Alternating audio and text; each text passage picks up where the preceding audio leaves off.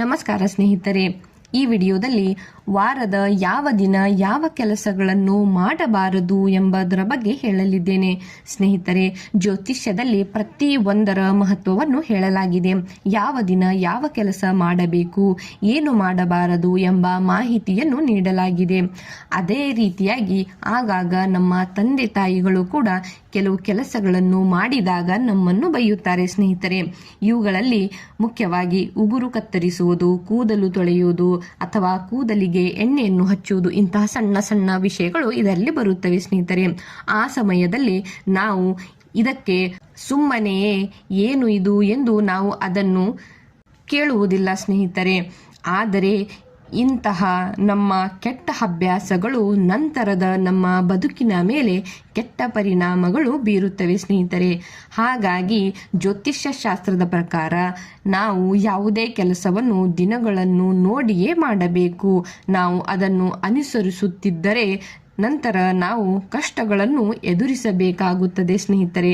ಹೀಗಿರುವಾಗ ಜ್ಯೋತಿಷ್ಯದ ಪ್ರಕಾರ ವಾರದ ಯಾವ ದಿನ ಯಾವ ಕೆಲಸಗಳನ್ನು ಮಾಡಬಾರದು ಮತ್ತು ಯಾವ ದಿನ ಯಾವ ಕೆಲಸಗಳನ್ನು ಮಾಡಬೇಕು ಎಂಬುದನ್ನು ಮುಂದೆ ನೋಡಿ ಸ್ನೇಹಿತರೆ. ಮಾಹಿತಿ ಇಷ್ಟ ಆಗಿದ್ದಲ್ಲಿ ಕಮೆಂಟ್ ಮಾಡಿ ತಿಳಿಸಿ ಸ್ನೇಹಿತರೆ, ಹಾಗೂ ನನ್ನ ಈ ಚಾನೆಲ್ನ ಸಬ್ಸ್ಕ್ರೈಬ್ ಕೂಡ ಮಾಡಿಕೊಳ್ಳಿ. ಸ್ನೇಹಿತರೆ ನೋಡಿ, ಜ್ಯೋತಿಷ್ಯ ಶಾಸ್ತ್ರದಲ್ಲಿ ಶನಿವಾರ ಮತ್ತು ಭಾನುವಾರದಂದು ಮನೆಯನ್ನು ಸ್ವಚ್ಛಗೊಳಿಸುವುದು ಮಂಗಳಕರವಾಗಿದೆ ಎಂದು ಹೇಳಲಾಗಿದೆ. ಅದೇ ರೀತಿಯಾಗಿ ಗುರುವಾರ ನಮ್ಮ ಇಡೀ ಮನೆಯನ್ನು ಸ್ವಚ್ಛಗೊಳಿಸಲು ನಿಷೇಧಿಸಲಾಗಿದೆ. ಹೀಗೆ ಮಾಡುವುದರಿಂದ ಸಂಪತ್ತು ಮತ್ತು ಸಮೃದ್ಧಿ ಹೊರಟು ಹೋಗುತ್ತದೆ ಎಂದು ಹೇಳಲಾಗಿದೆ. ಹೀಗಿರುವಾಗ ಗುರುವಾರ ಮನೆಯನ್ನು ಸ್ವಚ್ಛಗೊಳಿಸಬಾರದು ಸ್ನೇಹಿತರೆ. ಮನೆಯನ್ನು ಸ್ವಚ್ಛಗೊಳಿಸಲು ಶನಿವಾರ ಮತ್ತು ಭಾನುವಾರ ಉತ್ತಮವಾದ ದಿನ ಎಂದು ಹೇಳಲಾಗಿದೆ. ಅದೇ ರೀತಿಯಾಗಿ ನೋಡಿ, ನಾವು ಯಾವ ದಿನ ಎಣ್ಣೆಯನ್ನು ಹಚ್ಚಬೇಕು ಮತ್ತು ಯಾವ ದಿನದಂದು ನಾವು ಎಣ್ಣೆಯನ್ನು ಹಚ್ಚಬಾರದು ಎಂಬುದನ್ನು ನೋಡಿ ಸ್ನೇಹಿತರೆ.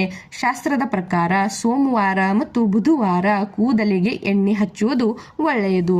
ಅದೇ ರೀತಿಯಾಗಿ ಗುರುವಾರ ಮತ್ತು ಶುಕ್ರವಾರ ಕೂದಲಿಗೆ ಎಣ್ಣೆ ಹಚ್ಚಬಾರದು.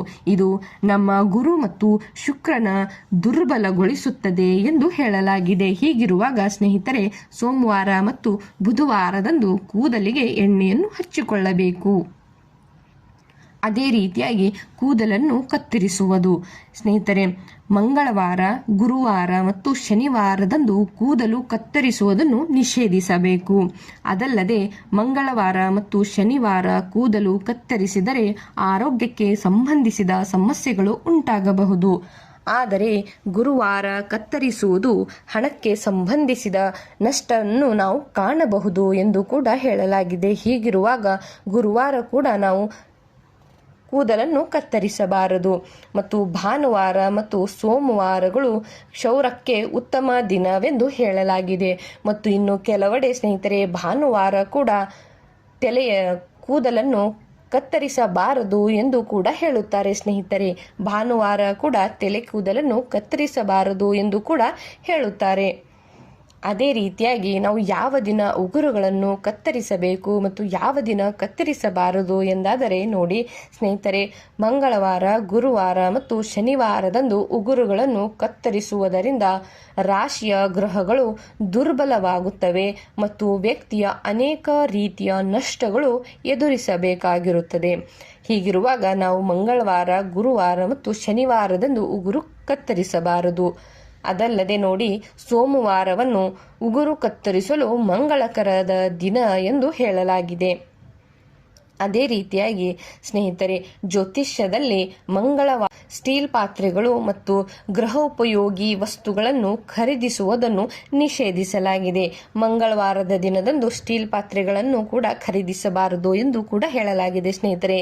ಇವುಗಳಲ್ಲಿ ಚಾಕುಗಳು, ಉಗುರು ಕತ್ತರಿಸುವುದು ಮತ್ತು ಕತ್ತರಿ ಇಂತಹ ವಸ್ತುಗಳನ್ನು ನಾವು ಖರೀದಿಸಬಾರದು ಎಂದು ಹೇಳಲಾಗಿದೆ.